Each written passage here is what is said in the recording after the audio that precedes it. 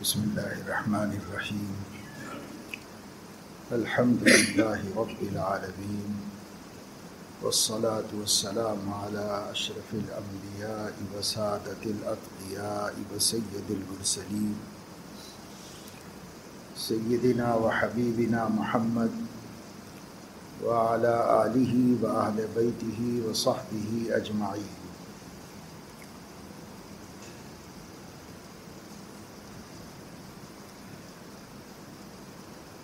اما بعد، قال النبي صلى الله عليه وسلم: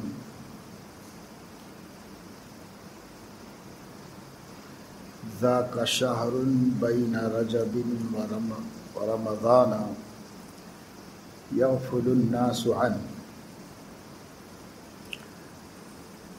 ترفع الأعمال إلى رب العالمین فأحب أن يرفع عملی وأنا صائم، او كما قال صلی اللہ علیہ وسلم.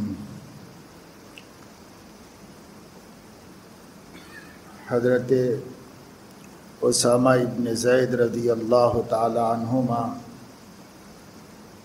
جو حضور علیہ السلام کے بہت چہیتے اور محبوب صحابی تھے. حضور علیہ السلام کے ایک محبوب صحابی زید بن حارثہ رضی اللہ تعالی عنہ تھے، اور حضرت اسامہ ان کے بیٹے تھے. اس لیے حضور علیہ السلام کو بہت عزیز اور محبوب تھے اور بہت قریب میں رہتے تھے. جس طرح حضرات حسنین کرام، حضرت حسن اور حضرت حسین رضی اللہ عنہما حضور علیہ السلام کے سامنے کھیلتے کودتے اور آپ سے بے تکلف بڑے ہوئے تھے، حضرت اسامہ بھی اسی طرح ان کے درمیان میں رہتے اور بڑی بے تکلفی سے بڑے ہوئے تھے. حضرت اسامہ ابن زید رضی اللہ عنہما فرماتے ہیں کہ میں نے رسول اللہ صلی اللہ علیہ وسلم کو دیکھا کہ آپ شعبان کے مہینے میں بکثرت روزے رکھتے تھے، روزوں کا بہت اہتمام فرماتے تھے. تو میں نے ایک دن پوچھا: ما رأیتک تصوم شہرا ما تصوم فی شعبان، اے اللہ کے نبی صلی اللہ علیہ وسلم، میں آپ کو کسی مہینے میں روزہ رکھتے ہوئے اتنا نہیں دیکھا جتنا شوق سے اور کثرت سے آپ شعبان کے مہینے میں روزہ رکھتے ہیں. تو حضور علیہ السلام نے ان کے سوال کے جواب میں ارشاد فرمایا: ذاک شہر یغفل الناس عنہ بین رجب ورمضان، یہ ایک مہینہ ہے، بہت خاص مہینہ ہے، جو رجب اور رمضان کے درمیان میں ہے. رجب اشہر اللہ المحترم میں ہے.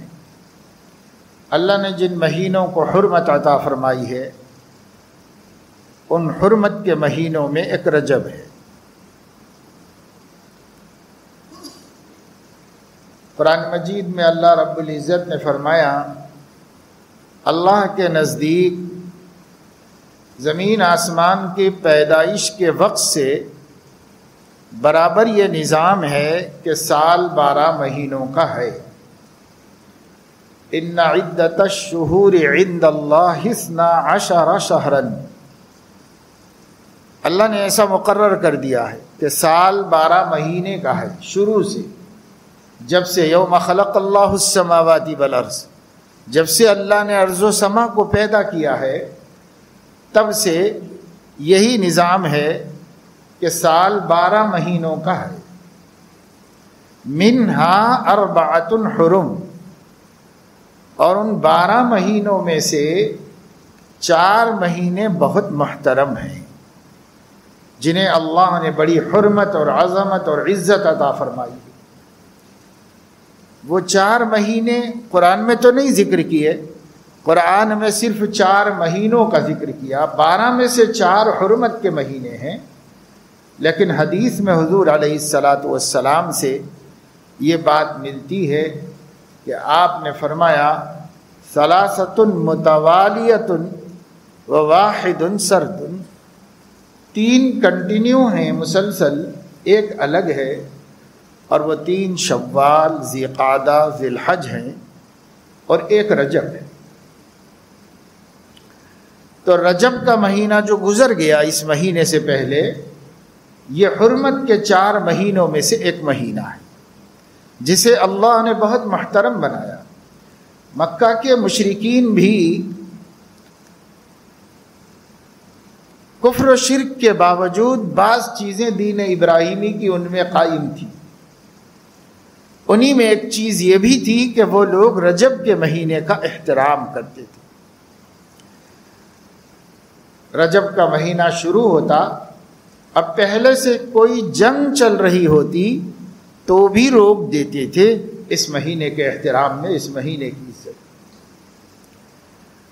تو رجب کا مہینہ 12 مہینوں میں سے خصوصیت کا مہینہ ہے، حرمت اور عزت کا مہینہ ہے، اور ادھر رمضان شریف ہے شعبان کے بعد، اور رمضان شریف تو سب جانتے ہیں کہ نہایت مبارک و محترم مہینہ ہے۔ تو ایک طرف رجب اور ایک طرف رمضان، 2 عظیم الشان مہینوں کے بیچ میں ایک مہینہ ہے جس کو شعبان کا مہینہ کہتے ہیں، جو گزر رہا ہے۔ یہ شعبان کا مہینہ اللہ کے نبی صلی اللہ علیہ وسلم نے فرمایا ایک خاص مہینہ ہے، ایک بہت احترام کا، عزت کا، برکت کا، فائدوں کا مہینہ ہے، لیکن یغفل الناس عنہ، لوگوں کو اس جانب کوئی توجہ نہیں، وہ غافل ہے۔ اور ہم غور کریں تو ہمیں نظر آئے گا کہ رجب میں پھر بھی لوگ معراج کی وجہ سے، اس واقعے کے پیش آنے کی وجہ سے کچھ نہ کچھ اس مہینے کو یاد رکھتے ہیں، خیال رکھتے ہیں، لیکن شعبان کے مہینے کو کوئی بھی اہمیت نہیں دیتا۔ اسی حقیقت کی خبر حضور علیہ السلام نے دی، یغفل الناس عنہ، لوگ اس کی فضیلت سے غافل ہیں، لوگ اس کی عظمت سے غافل ہیں، اور آج بھی غافل ہیں۔ شعبان کا مہینہ آیا، اتنے دن گزر گئے اور بقیہ بھی گزر جائے گا، لیکن ہمیں اس مہینے کے آنے کا کوئی احساس نہیں، اس مہینے کے اعمال کا کوئی احساس نہیں، ہمارے دلوں میں اس مہینے کی عظمت اور حرمت کی کوئی اہمیت نہیں، حالانکہ اللہ کے نبی صلی اللہ علیہ وسلم فرما رہے ہیں یہ خاص مہینہ ہے۔ کیا ہوتا ہے اس مہینے میں؟ تو فرمایا کہ ترفع الاعمال الى رب العالمین، الى اللہ رب العالمین، بندوں کے اعمال رب العالمین کے حضور میں پیش کیے جاتے ہیں۔ شعبان کے مہینے ترفع الاعمال الى اللہ رب العالمین، جو رب العالمین ہے اس کے سامنے بندوں کے اعمال پیش کیے جاتے ہیں۔ تو آپ روزے کیوں رکھتے ہیں کثرت سے؟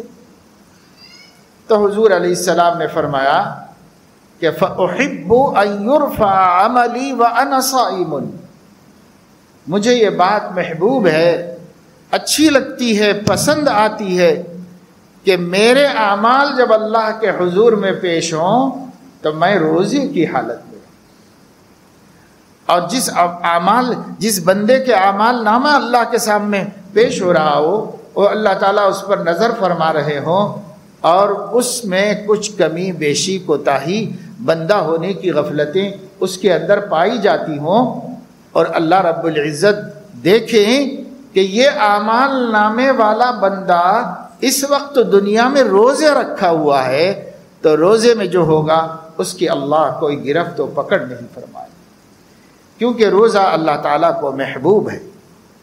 حدیث پاک میں آتا ہے ہر چیز کا کوئی زکوٰۃ ہوتی ہے، ہر چیز کی کوئی زکوٰۃ ہوتی ہے، یعنی ایسا حق ہوتا ہے جس کے نکال دینے پر وہ چیز پاک ہو جاتی ہے، وہ چیز صاف ہو جاتی ہے۔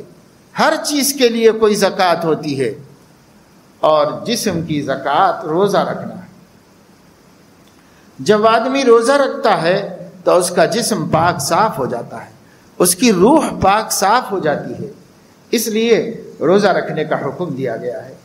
اور روزہ اللہ تبارک و تعالی شانہ نے فرض تو صرف رمضان میں فرمایا ہے، لیکن یہ عمل پورے سال میں چند ایام کو چھوڑ کر ہر وقت کیا جا سکتا ہے۔ عید کے 2 دنوں میں اور ایام تشریق میں، جن کو ایام نحر میں 3 دن میں نہیں رکھے روزہ، اور عید الفطر میں روزہ نہیں رکھا جائے۔ چند دنوں کو چھوڑ کر باقی سب دنوں میں روزہ رکھنے کی گنجائش ہے، اجازت ہے۔ جمعہ کے دن بھی آدمی روزہ رکھ سکتا ہے، لیکن بہتر یہ ہے کہ اگر آگے پیچھے روزہ رکھتا ہوا آ رہا ہے تو جمعے کو بھی رکھ لے۔ پھر بھی اگر کوئی جمعے کو روزہ رکھ لے تو مقبول ہو جاتا ہے، معتبر ہو جاتا ہے اللہ تعالیٰ کا۔ تو پورا ہفتہ روزہ رکھ سکتے ہیں، پورا مہینہ روزہ رکھ سکتے ہیں، پورے سال روزہ رکھ سکتے ہیں، چند ایام کو چھوڑ۔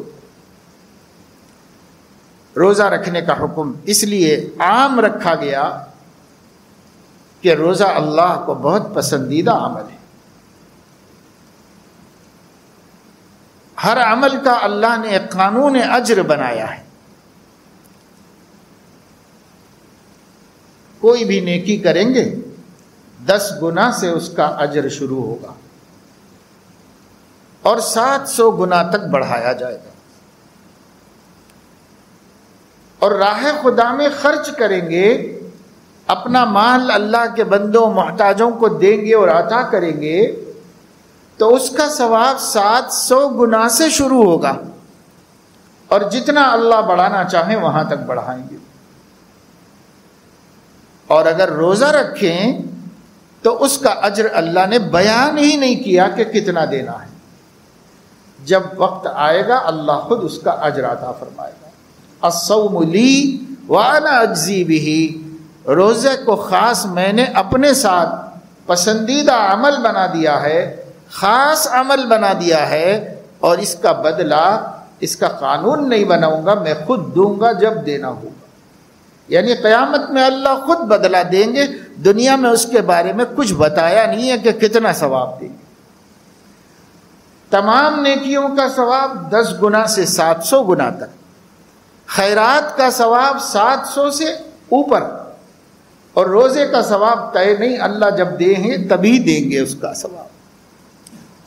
اس سے اس عمل کی اہمیت و فضیلت معلوم ہوتی ہے۔ اور اللہ تبارک و تعالی شانہ نے جنت کے 8 دروازوں میں ایک دروازے کا نام ہی باب الریان رکھا ہے۔ اس سے صرف روزے دار داخل ہوں گے، جو شوق سے دنیا میں روزے رکھتے تھے، جن کو روزہ رکھنا پسند تھا، مرغوب تھا، ایسے بندوں کے لیے ایک سپریٹ ڈور اللہ تعالیٰ نے جنت میں داخلے کا رکھ دیا ہے، جو لوگ روزے کو پسند کرتے ہیں۔ لیکن عام طور سے ہمارے ہاں روزہ صرف رمضان میں رکھا جاتا ہے، وہ فرض ہونے کی وجہ سے، کہ فرض ہے، نہیں رکھیں گے تو گناہگار ہوں گے، اس لیے رمضان میں تو روزہ رکھ لیتے ہیں لوگ عام طور سے، پھر سال بھر کبھی روزے کی توفیق نہیں ہوتی۔ حالانکہ روزہ ایک بہترین عمل ہے اور ایک زبردست عبادت ہے۔ اس عبادت کا اہتمام سال بھر میں جب موقع ہو کرتے رہنا چاہیے۔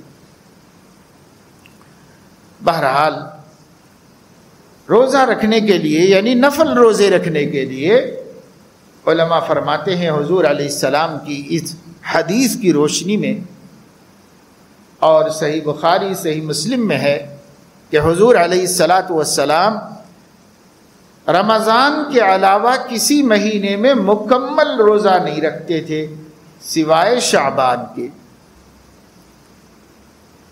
بعض روایتوں میں ہے کہ شعبان کا اکثر حصہ روزہ رکھتے تھے، بعض روایتوں میں ہے کہ شعبان کے مہینے کا پورا مہینہ چند روزے چھوڑ کر پورا مہینہ روزہ رکھتے تھے، الا قلیل، چند دن نہیں رکھتے تھے، باقی سب دنوں میں روزہ رکھتے تھے۔ جن سب روایتوں کے مجموعے سے سمجھ میں آتا ہے کہ شعبان میں حضور علیہ السلام تقریباً پورے مہینے کا روزہ رکھتے تھے، چند ایام چھوڑ دیتے تھے بس،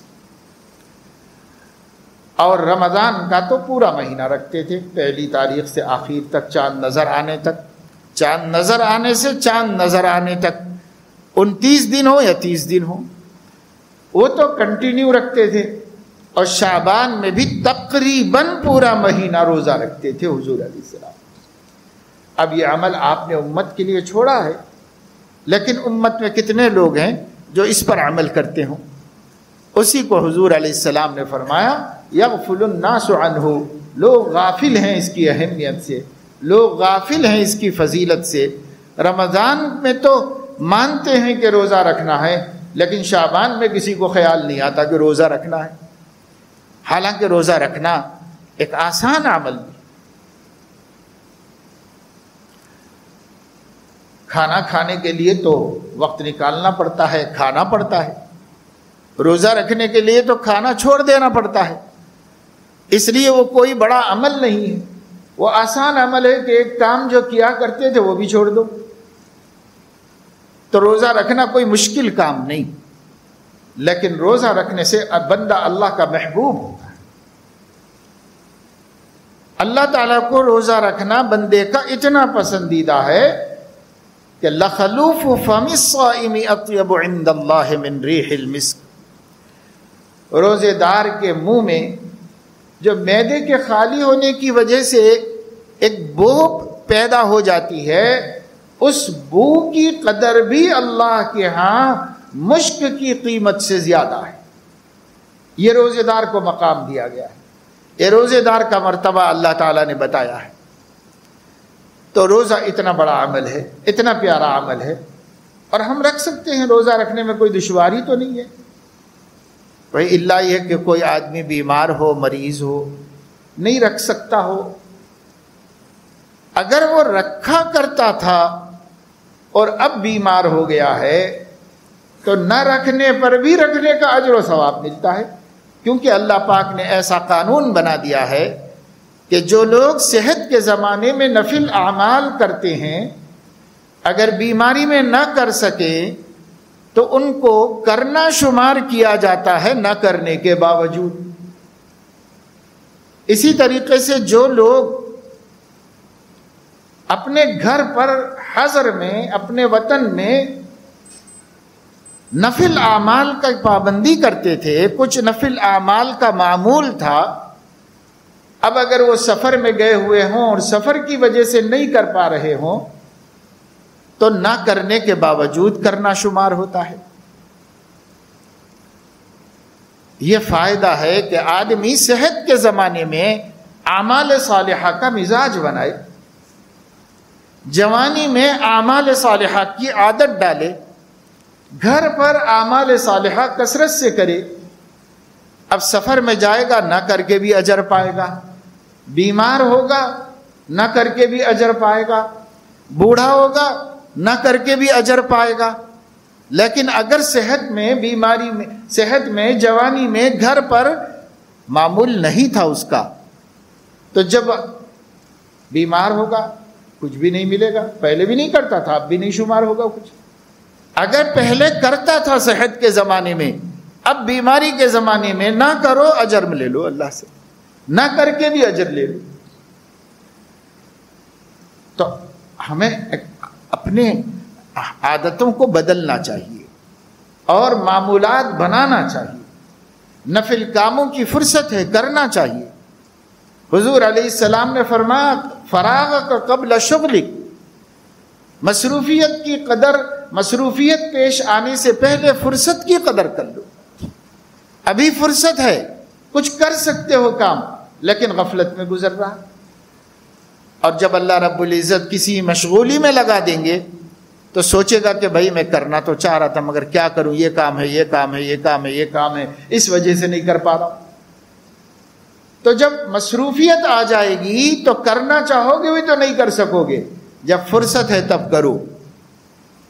لیکن ہم فرصت کے ایام کو غفلت میں گزارتے ہیں، جیسے شعبان کے مہینے میں ہماری غفلت ہے، اور یہ اللہ کے نبی نے مرض پکڑا ہے۔ یغفل الناس عنہ، لوگ غافل ہیں شعبان کی فضیلت سے، لوگ غفلت برت رہے ہیں اس مہینے میں اعمال صالحہ کو کرنے سے۔ جیسے ہر نماز سے پہلے سنتیں رکھی گئی، پھر نماز کے بعد بھی رکھی گئی، سوائے فجر کے بعد کہ اس وقت میں نماز نہیں پڑھ سکتے تو ذکر رکھا گیا ہے، اور عصر کے بعد نماز نہیں پڑھ سکتے تو ذکر رکھا گیا ہے۔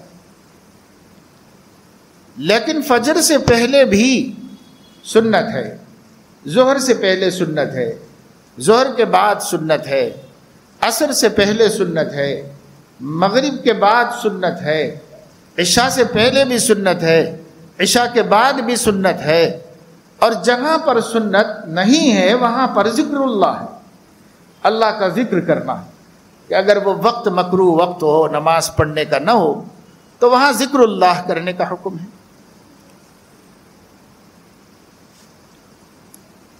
ایسا کیوں رکھا گیا ہے؟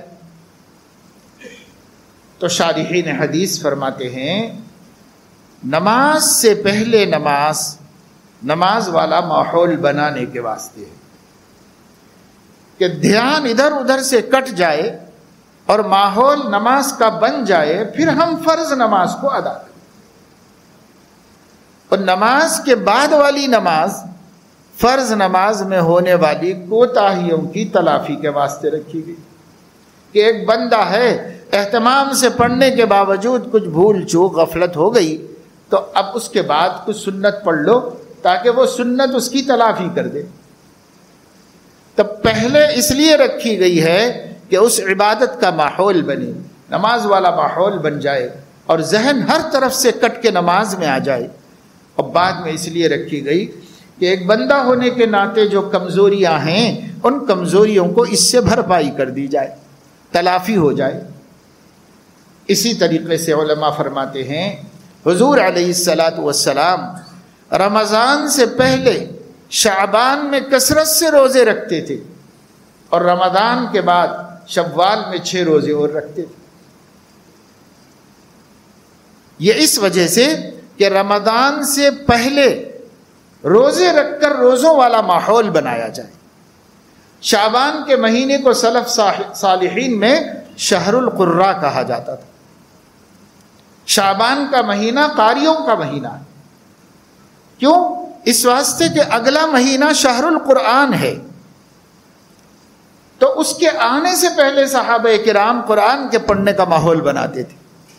پورے شعبان کے مہینے میں جس کو دیکھو قرآن پڑھ رہا ہے، اس لیے قرآن پڑھنے کا ماحول بنا رہے ہیں کہ اگلا مہینہ رمضان ہے، الشہر رمضان الذی انزل فیہ القرآن، وہ مہینہ تو ٹوٹل قرآن کی تلاوت کے واسطے ہے، لہذا ایک مہینہ پہلے سے ماحول بناؤ قرآن پڑھنے کا۔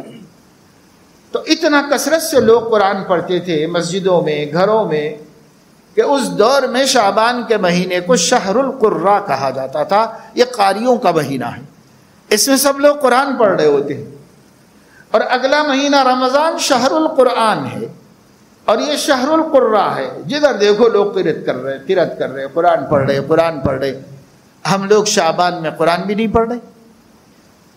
شعبان میں اللہ کے نبی روزے رکھتے تھے، ہم لوگ روزے بھی نہیں رکھ رہے۔ یہ 2 عمل شعبان کے مہینے میں بکثرت ہونا چاہیے۔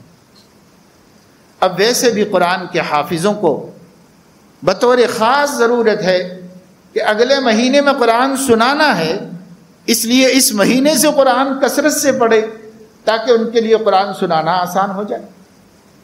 اور جو حافظ نہیں ہیں ان کو بھی قرآن مجید رمضان میں بکثرت پڑھنا ہے.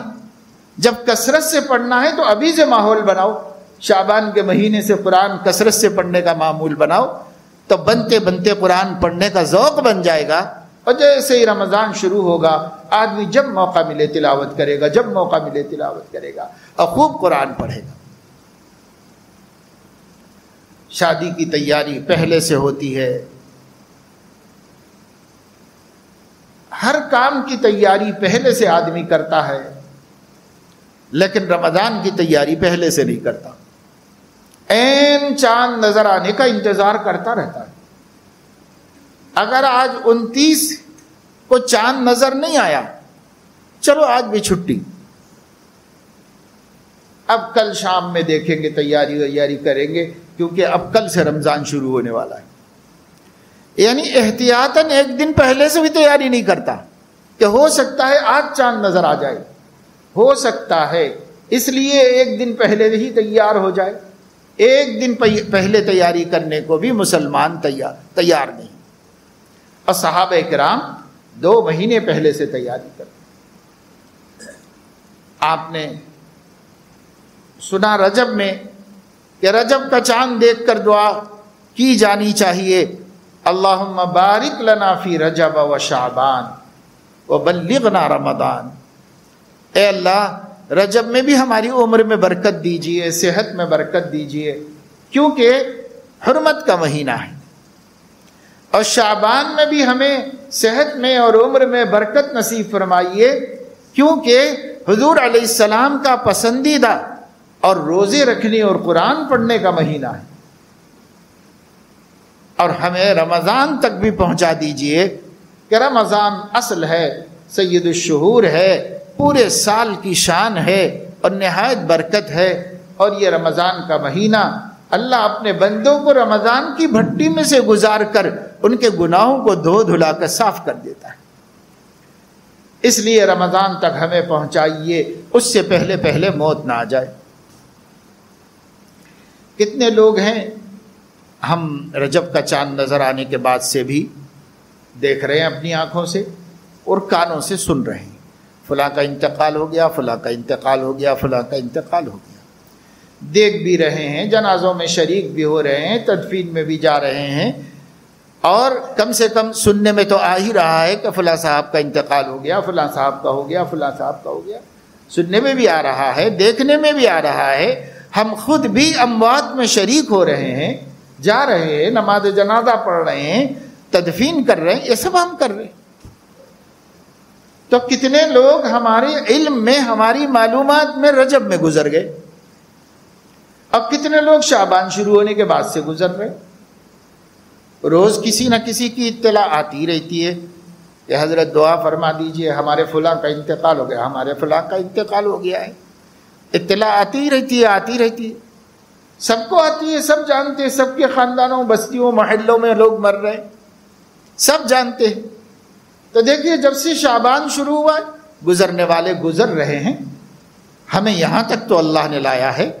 ہمیں اللہ رب العزت سے دعا اہتمام سے کرتے رہنا چاہیے کہ اللہ تھوڑے دن اور ہے، رمضان شروع ہوگا، رمضان تک بھی پہنچائیے، اور رمضان سے پہلے ہمیں موت مت دیجیے. جن کو رمضان کی قدر ہے وہ دعا کریں گے، جن کو رمضان کی قدر ہے انہیں دھڑکا لگا رہے گا. جن کو رمضان کی قدر نہیں ہے انہیں کیا کرنا ہے، موت جب آتی آئے گی، لے جائے گی، غفلت ہی میں سے لے جائے. کتنے لوگ غفلت میں مر رہے ہیں، کتنے مرنے والوں نے دعا بھی نہیں کی تھی، تمنا بھی نہیں کی تھی کہ کاش اللہ تعالیٰ انہیں عمر میں برکت دیتا اور رمضان مل جاتا.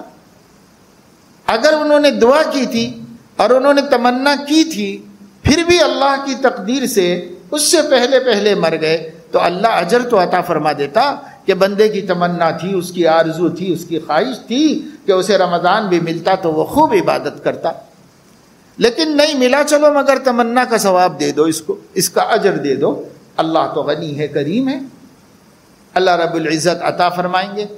لیکن کتنے مسلمان ہیں جن کو یہ تمنا بھی ہوئی ہو، دل میں یہ آرزو انگڑائی لی ہو کہ کاش کہ ہماری موت رمضان سے پہلے نہ آ جائے، رمضان مل جائے، رمضان کی برکتیں مل جائیں، اور رمضان کی رحمت، مغفرت اور جہنم سے نجات کے عشرے ہمیں مل جائیں، اور ہم ان سے استفادہ کر سکیں، تراویح پڑھ سکیں، قرآن مجید کی تلاوت کر سکیں، اور ہم گناہوں کو، ہمارے گناہ رمضان کی بھٹی میں سب جل جائیں، اور ہم پاک پاکیزہ ہو کر باہر نکل جائیں۔ اللہ وہاں تک ہماری زندگی میں برکت دیجیے۔ اگر اللہ زندگی میں برکت دے گا تب تو پا ہی لیں گے وہ برکتیں، لیکن اگر نہیں بھی دے گا تو تمنا کی وجہ سے محروم نہیں کرے گا اللہ۔ مگر تمنا بھی تو نہیں ہو رہی ہے ہمارے دل میں، اس لیے نہیں ہو رہی ہے کہ غافل ہیں، بس رجب آیا گزر گیا کچھ پتہ ہی نہیں چلا، شعبان شروع ہو گیا گزر رہا ہے کچھ پتہ ہی نہیں چل رہا ہے، رمضان بھی آئے گا بہت سے بندوں پر گزر جائے گا، انہیں رمضان کے آنے جانے کی بھی خبر نہیں، انہیں یہ ضرور یاد رہے گا کہ 1 جنوری کب ہے، کیونکہ اس میں جانوری کرنا ہوتا ہے نا، حیوان بن جانا ہوتا ہے، خواہشات نفسانیہ کے پیچھے پڑ کے ہر گندگی ہر گناہ میں مبتلا ہونے کی چانس رہتا ہے، آزادی ملتی ہے، سب کوئی کرتا ہے میں بھی کر سکتا ہوں، تو یہ تو یاد ہے کہ صاحب 1 جنوری کب ہے، نیا سال کب شروع ہو رہا ہے، یہ کیا یاد ہے کہ رمضان کب شروع ہو رہا ہے، شعبان کب شروع ہو رہا ہے، رجب کب شروع ہو رہا ہے، یہ کس کو پتا ہے، اس کی کس کو فکر ہے، اس کی کسی کو بھی فکر نہیں، یاد بھی نہیں رکھا مسلمانوں نے۔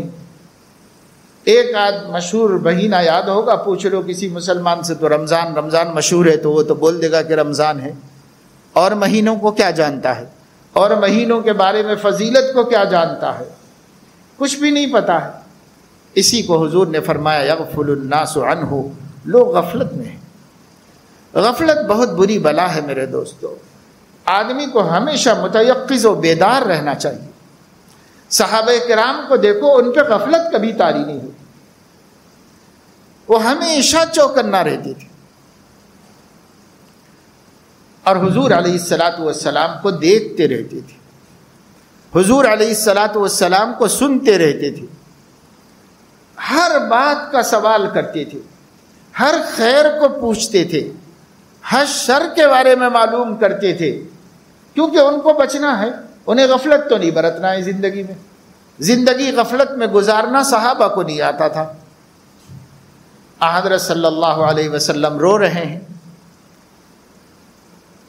تو کوئی آگے صحابی حضرت عمر رضی اللہ تعالیٰ عنہ پہنچے، حضور علیہ السلام رو رہے تھے تو آ کے بیٹھ گئے اور بڑے ادب سے پوچھا کہ ماذا یبکیک یا رسول اللہ، کس چیز نے آپ کو رلا دیا ہے وہ مجھے بتائیے۔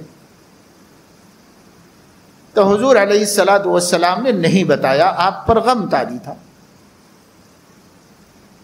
اللہ تعالیٰ نے ایک مسئلے میں، ایک معاملے میں مؤاخذہ فرمایا تھا، اس کا غم تھا، تو حضور علیہ الصلاۃ والسلام رو رہے تھے۔ حضرت عمر نے پوچھا کہ یا رسول اللہ کیوں رو رہے ہیں، کیا تکلیف پیش آ گئی؟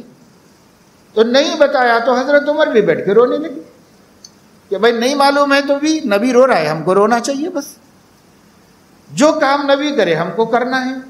نبی رو رہے ہیں، وجہ نہیں معلوم ہے کیوں رو رہے ہیں، لیکن وہ رو رہے ہیں تو میں بھی روؤں گا، بیٹھ کے وہاں بیٹھ کے رونے لگے۔ یہ تھا صحابہ کرام کا تیقظ، بیداری، غفلت نہیں۔ بھائی شاید اس وقت رونا ہی ہے کیونکہ ہمارے نبی رو رہے ہیں، ہمیں بھی رونا ہے، بس کوئی اور کام، وہی کام کریں گے جو نبی کر رہے ہیں، بس دوسرا تو نہیں کریں گے۔ کبھی حضور علیہ السلام مسکرا رہے تھے، صحابی نے پوچھا کہ ماذا اضحکک یا رسول اللہ، کیوں ہنس رہے ہیں آپ کیوں مسکرا رہے ہیں، کیا خوشی کی بات ہو گئی، ہمیں بھی بتائیے، آپ خوش ہیں ہم خوش ہوں گے، آپ غمگین ہوں گے ہم غمگین ہوں گے، ہمارا آپ کا تو رشتہ ہے، آپ کی خوشی ہماری خوشی، آپ کا غم ہمارا غم، کیوں ہنس رہے ہیں؟ حضور علیہ الصلاۃ والسلام نے فرمایا جبرائیل آئے تھے اور مجھے یہ خوشخبری دے کر گئے، تو اچھا یہ خوشی کا سبب ہوا، تو ہم بھی خوش ہیں آپ کے ساتھ، ہم بھی خوش ہیں۔ فرماتے ہیں کہ ایمان لانے کے بعد اس سے زیادہ خوشی کسی دن نہیں ہوئی جس دن حضور علیہ السلام نے یہ فرمایا کہ المرء مع من احب، جنت میں آدمی اس کے ساتھ ہوگا جو اس کا محبوب ہوگا، اور ہمیں اپنے نبی سے زیادہ محبوب کوئی نہیں، تو ہم انہی کے ساتھ رہیں گے۔ یہ خبر سے ایمان لانے کے دن جتنی خوشی ہوئی تھی، اس کے بعد نہ کسی کے پیدا ہونے سے خوشی ہوئی، نہ کسی شادی سے، نہ کسی مال کے ملنے سے، نہ کسی عزت سے، نہ کسی دولت سے۔ کوئی چیز ہمیں اتنی خوش نہیں کر سکی جتنا خوشی اس بات سے ہو گئی کہ ہم نبی کو چاہتے ہیں، اور جنت میں آدمی اپنے محبوبوں کے ساتھ ہوگا، اور نبی میرے محبوب ہیں، میں ان کے ساتھ۔ اس سے بڑی خوشی کی کیا بات تھی صحابہ کی؟ تو حضور علیہ السلام کثرت سے روزے رکھ رہے ہیں، پوچھ رہے ہیں، کیونکہ دیکھ رہے تھے نا، نہ دیکھتے ہوتے تو وہ غافل ہوتے، پتہ ہی نہیں چلتا، دیکھ رہے تھے، اس لیے پوچھا کہ ما رأیتک تصوم شہرا ما تصوم شعبانا، میں نے آپ کو کسی مہینے میں اتنے کثرت سے روزے رکھتے ہوئے نہیں دیکھا جتنا کہ شعبان میں آپ کثرت سے روزے رکھتے ہیں، کیا وجہ ہے یا رسول اللہ؟ اس کی وجہ بتا دیجیے۔ تو فرمایا ایک عظیم الشان مہینہ ہے، اگرچہ کہ لوگ اس کی عظمت کو نہیں جانتے، اس سے غفلت میں ہیں، لیکن میں تو جانتا ہوں۔ اس مہینے میں بندوں کے اعمال اللہ کے حضور میں پیش کیے جاتے ہیں، اب میرا پتہ نہیں کس دن پیش ہو، اس لیے ہر دن کوشش کرتا ہوں کہ میرا اعمال نامہ اللہ کے حضور پیش ہو تو میں روزہ رکھا ہوا رہوں، کیونکہ روزے دار اللہ کا مقرب ہوتا ہے، اور اللہ اپنے روزے دار بندے کی پکڑ نہیں کرے گا، درگزر کر دے گا، اس لیے میں روزہ رکھا ہوا رہوں، اس حال میں میرا اعمال نامہ پیش ہو جائے۔ حضور علیہ الصلاۃ والسلام سے پوچھا گیا کہ آپ فجر کے بعد ذکر کو اتنا پسند کیوں کرتے ہیں، اور عصر کے بعد ذکر کو اتنا پسند کیوں کرتے ہیں؟ کہ فرمایا فجر کے بعد سورج نکلنے تک اللہ کے ذکر میں مشغول رہوں، اور عصر کے بعد آفتاب ڈوبنے تک اللہ کے ذکر میں مشغول رہوں، مجھے اس سے زیادہ پسند ہے کہ سرخ اونٹوں کا ریوڑ ملے یا دنیا وما فیہا ملے۔ وجہ کیا ہے؟ تو فرمایا اس وقت فرشتے اللہ تعالیٰ کے حضور میں دن کے اعمال پیش کرتے ہیں مغرب کے وقت، اور صبح کے وقت میں رات بھر کے اعمال اللہ کے حضور میں پیش کرتے ہیں۔ میں اس بات کو پسند کرتا ہوں کہ جس وقت میرا اعمال نامہ اللہ کے سامنے رکھا جا رہا ہو، اس وقت میں یاد الہی میں مشغول ہوں۔ اللہ تعالیٰ میرا اعمال نامہ دیکھ کر فرشتے سے پوچھے کہ بھائی میرے بندے کو کس حال میں چھوڑ کے آئے ہو، تو وہ کہے کہ ذکر کے حال میں چھوڑ کے آیا ہو۔ اور جو شخص صبح میں اللہ کا ذکر کرتا ہو اہتمام سے، اور شام میں اللہ کا ذکر اہتمام سے کرتا ہو، تو جو ہمارے اعمال نامہ لکھنے والا فرشتہ ہے، دن والے آئیں گے، پہلا عمل ذکر اللہ لکھیں گے، اور آخری عمل ذکر اللہ لکھ کر بند کریں گے اور لے کے جائیں گے، اور رات والے آئیں گے تو پہلا عمل اللہ کا ذکر لکھیں گے، اور جب صبح کو واپس جائیں گے تو آخری عمل اللہ کا ذکر لکھیں گے۔ اس لیے فرشتوں کے آنے جانے کے ٹائم میں بیٹھ کے اللہ کا ذکر کرتا ہوں۔ حالانکہ حضور علیہ السلام کی تو پوری زندگی سراسر عبادت، کیا ان کی زندگی میں غلط اور غفلت کا وقت گزرا؟ ایک لمحہ، ایک سیکنڈ۔ لیکن پھر بھی دیکھو، ہمیں سکھانا چاہتے ہیں کہ تمہارے اندر بھی ایسے ذوق ہونے چاہیے۔ کیا گندے شوقوں میں زندگی ہم گزار رہے ہیں، کھانے کا شوق، پینے کا شوق، پہننے کا شوق، شادی بیاہ کا شوق، اپنے نگاہوں کی تسکین کا شوق، اپنے نفس کے جذبات کو ٹھنڈا کرنے کا شوق، گندے شوق، سارے شوقوں کے اندر ہم اپنی زندگی گزار رہے ہیں۔ یہ شوق ہیں، اس میں حلال کی حد تک اکتفا کرو، اور حلال کے بعد اس شوق کو چھوڑ دو اور اس سے آزاد ہو جاؤ۔ پھر کیا شوق ہونا چاہیے؟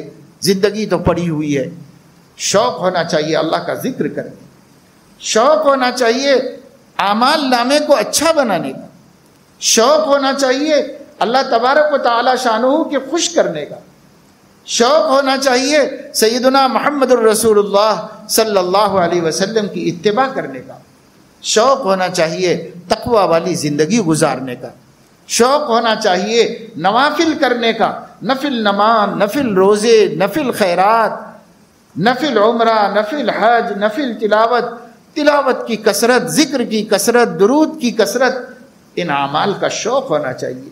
یہ پسندیدہ اعمال ہے، جن کو اللہ ان شوقوں میں دیکھتا ہے اللہ کے وہ محبوب بندے بن جاتے ہیں، پسندیدہ بن جاتے ہیں۔ ہمیں اس کا شوق ہی نہیں، ہم کو کمانے کا شوق ہے، کھانے کا شوق ہے، کاروبار کا شوق ہے، بس وہ سب شوق ہیں جن کا تعلق دنیا سے ہے، اور وہ شوق بالکل نہیں جن کا تعلق آخرت سے۔ حالانکہ ہم اپنی دنیا کی فکروں کے باوجود بھی اپنی آخرت کی فکریں کر سکتے ہیں، ہے ہمارے پاس ٹائم بنائیں تو نکلے گا۔ وقت ایسی چیز ہے، بچانا چاہو گے تو بچے گا، اور نہیں بچانا چاہو گے تو گزر جائے گا۔ ٹائم میں اللہ نے بہت گنجائش رکھی ہے، کیپیسٹی ہے، وسعت ہے۔ آپ گزار دو تو ویسے ہی بیکار گزر جائے گا، کام کر لو تو اسی میں کام ہو جائے گا۔ ہم وقت کا جائزہ نہیں لیتے، ہماری عورتیں وقت کا جائزہ نہیں لیتی۔ ہم عورتوں کے بھی اجتماعات میں ان سے کہتے ہیں کہ وقت کا ذرا جائزہ لو، اور اپنی ماں اور اپنی نانی دادی کے زمانے کی دنیا اور اس دنیا میں تقابل کر کے دیکھو تو بہت ٹائم آپ لوگوں کو بیکار جا رہا ہے۔ وہ لوگ پھر بھی مصروف تھے، دنیا ہی میں صحیح مگر مصروف تھے، کیونکہ ان کو اکلی میں کوٹنا پڑتا تھا، گھنٹہ 2 گھنٹے چاول بنانے میں لگ جاتے تھے، دھان کوٹ کے چاول گھر میں بنا لیتے تھے، اس میں گھنٹہ 2 گھنٹہ نکل جاتا تھا ان کا۔ آٹا چکی میں پیس لینا ہوتا تھا، گھنٹہ 2 گھنٹہ اس میں ان کا نکل جاتا تھا۔ ان لوگوں کو لکڑیاں پھونک پھونک کے جلانا پڑتا تھا، چولہا جلانے میں 15-20 منٹ نکل جاتے تھے، اور چولہا جلنے کے بعد اس کے اوپر ان کو گلانا پکانا پڑتا تھا۔ وہ ہانڈی میں گوشت گلاتے تھے، آپ کوکر پہ گلاتے ہیں۔ وہ چکی میں پیستے تھے، آپ گرائنڈر میں پیستے ہیں۔ جو کام 1 گھنٹے کا تھا وہ 10 منٹ میں ہوتا ہے۔ جو کپڑے 2 گھنٹے 3 گھنٹے میں دھوئے جاتے تھے بچوں کے، اب مشین میں ڈال کر کے آدھے گھنٹے میں فارغ ہو جاتے ہیں، گھنٹے بھر میں آپ کو کچھ نہیں کرنا پڑتا، ڈال کے چھوڑ کے آ جاتے ہیں، بس وہ خود ہی دھلتے رہتے ہیں۔ ہر جگہ سے ٹائم نکالو۔ پہلے لوگوں کا کتنا لگتا تھا عورتوں کو، سمجھاؤ آپ، پہلی عورتوں کا ٹائم کتنا کاموں میں لگتا تھا، ضروری کاموں میں۔ ان ضروری کاموں میں ٹیکنالوجی نے آپ کے ٹائم کو کتنا بچا کے دیا ہے۔ جب اتنا ٹائم بچا کے دے دیا ہے، یہ ٹائم جا کہاں رہا ہے؟ کہاں جا رہا ہے یہ ٹائم؟ آپ نے اس ٹائم کو بچا ہوا ہی نہیں سمجھا تو غیبتوں میں، گناہوں میں، جھوٹ بولنے میں، فضول کام کرنے میں، خاندانوں میں جھگڑے لگانے میں، لوگوں کو لڑانے میں ٹائم گزر رہا ہے۔ کہیں پہ گزر رہا ہے ٹائم تو جا ہی رہا ہے نا کہیں۔ تقابل کر کے دیکھو، اس کام کا کتنا بچا، اس کام کا کتنا بچا، اس کام کا کتنا بچا۔ ان مشینوں نے کتنا ٹائم بچا کے دے دیا۔ اب تو حالت یہ ہے کہ جی نہیں چاہا مہمان آ گئے، بڑے ذوق و شوق سے میزبانی کی جاتی تھی۔ اب مہمان آ گئے تو شوہر کو ایک فون کر دیتے ہیں کہ صاحب آج مہمان آ گئے ہیں، 2-4 لوگ ہیں، میرے سے پکانا نہیں ہو سکتا، آپ ہوٹل سے لے کے آ لیجیے، ختم۔ وہ ٹائم بھی بچ گیا۔ ابھی سارا ٹائم بچ رہا ہے، اس ٹائم سے آخرت کیوں نہیں بن سکتی ہے؟ اللہ نہیں پوچھے گا کہ میں نے اتنا ٹائم بچا کے دیا تم لوگوں کو، تم نے میری نعمتوں کی کیا قدر کی؟ ثم لتسألن یومئذ عن النعیم۔ ہر نعمت اللہ تعالیٰ کی۔ پہلے پیدل چل کے جایا کرتے تھے کسی سے ملنے کے واسطے، زیادہ سے زیادہ رکشا ٹانگا، کتنا ٹائم لگتا تھا۔ اب آپ کے گھر پہ موٹر سائیکل کھڑی ہوئی ہے، آپ 15-20 منٹ میں، آدھے گھنٹے میں کام کر کے آ جا سکتے ہو۔ ٹائم جو بچا، اس بچے ہوئے ٹائم سے آخرت کیوں نہیں بنائی جا سکتی؟ ٹائم بہت ہے ہمارے پاس، لیکن ہم نے ٹائم کا جائزہ ہی نہیں لیا اور اس کو بچانا چاہا ہی نہیں ہے۔ اس لیے صبح ہوتی ہے، شام ہوتی ہے، عمر یوں ہی تمام ہوتی۔ ٹائم نہیں۔ کہے کے لیے ٹائم نہیں بھائی؟ نماز پڑھنے کے لیے وقت نہیں مل رہا میرے۔ قرآن کی تلاوت، میرے کو ٹائم نہیں ملتا، بہت مصروف ہوں. اللہ کا ذکر، ارے بھائی میں بہت مصروف ہوں، مجھے بالکل وقت نہیں ملتا. بیمار کی تیمارداری، ٹائم نہیں ہے. مریض کی عیادت، ٹائم نہیں ہے. تو پھر ٹائم کاہے کے واسطے ہے؟ 24 گھنٹے تو آپ کے بھی گزر رہے ہیں، اس میں وہ ٹائم کاہے کے واسطے ہیں؟ میرے عزیزو، اسی کو حضور علیہ السلام فرما رہے ہیں ذاک شہر یغفل الناس عنہ. لوگ غفلت میں ہیں، اس غفلت نے ہمارا وقت خراب کر دیا. ایک بڑے مصلح ریفارمر گزرے ہیں مصر میں، قریب زمانے میں، بہت پرانے بزرگوں میں نہیں بلکہ قریب زمانے میں ایک بہت بڑے ریفارمر گزرے ہیں، علامہ جمال الدین قاسمی. عرب ہیں، مصری عالم ہیں، اور امت کا بہت غم اپنے سینے میں رکھتے تھے. بہت کتابوں کے مصنف ہیں اور امت کے لیے عملی جد و جہد بہت کی ہے. مسلمان بن جائیں، پوری زندگی اس میں لگائی. ایک مرتبہ کہیں جا رہے تھے، کچھ مالدار لوگ کہیں پر بیٹھ کر کے، عرب میں اس کو استراحہ کہتے ہیں، یعنی تفریح کرنے کی جگہ، کسی تفریح کرنے کی جگہ میں بیٹھ کر قالین میں بچھا کر حقے جما کر بیٹھے ہوئے تھے، قہوے لیے ہوئے تھے، کھجوریں، اپنی گپ شپ چل رہی تھی، ہنسنا، ٹھٹے، مذاق، اور حقہ چل رہا ہے، قہوہ چل رہا ہے، کھانا پینا چل رہا ہے. ہم عمر نوجوان سب اپنی دل لگی کر رہے ہیں. یہ وہاں سے گزر رہے تھے، ان کو نظر آیا کہ بھائی مسلم ملک میں بیٹھ کے ٹھٹا کرنے والے مسلمان ہی ہیں اور کون ہیں. انہوں نے اپنی گاڑی روکی، ان کے قریب میں گئے اور ان نوجوانوں سے کہا کہ بیٹا آپ لوگ کیا کر رہے ہیں؟ انہوں نے کہا نہیں، ہم تفریح کر رہے ہیں، ہم ٹائم پاس کر رہے ہیں.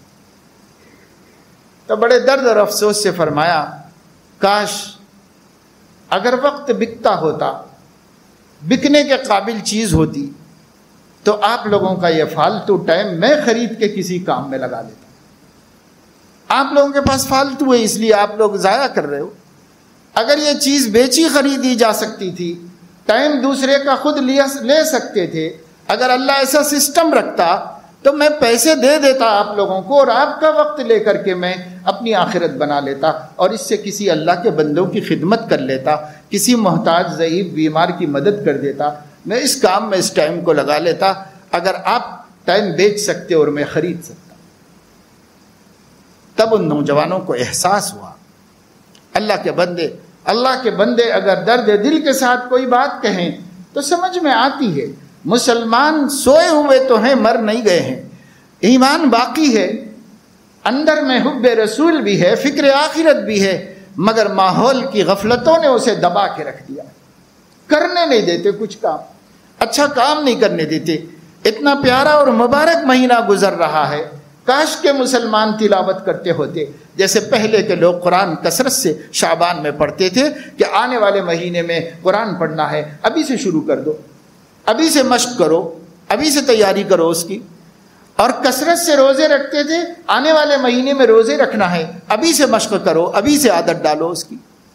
بلکہ بعض علماء نے تو یہ فرمایا ہے کہ شعبان میں حضور علیہ السلام بکثرت روزے اس لیے رکھتے تھے تاکہ لوگوں کو معلوم ہو جائے کہ کسی بیماری کی وجہ سے، کسی عذر کی وجہ سے پچھلے رمضان کے فرض روزے نہیں رکھ سکے تھے تو وہ باقی روزے اب رکھ لو، رمضان آنے سے پہلے پچھلا پورا حساب برابر کر دو تاکہ رمضان سے نئے فریضے کو ادا کرو، پچھلا فریضہ باقی نہ رہے، اس کو ادا کر لو اس مہینے کے اندر.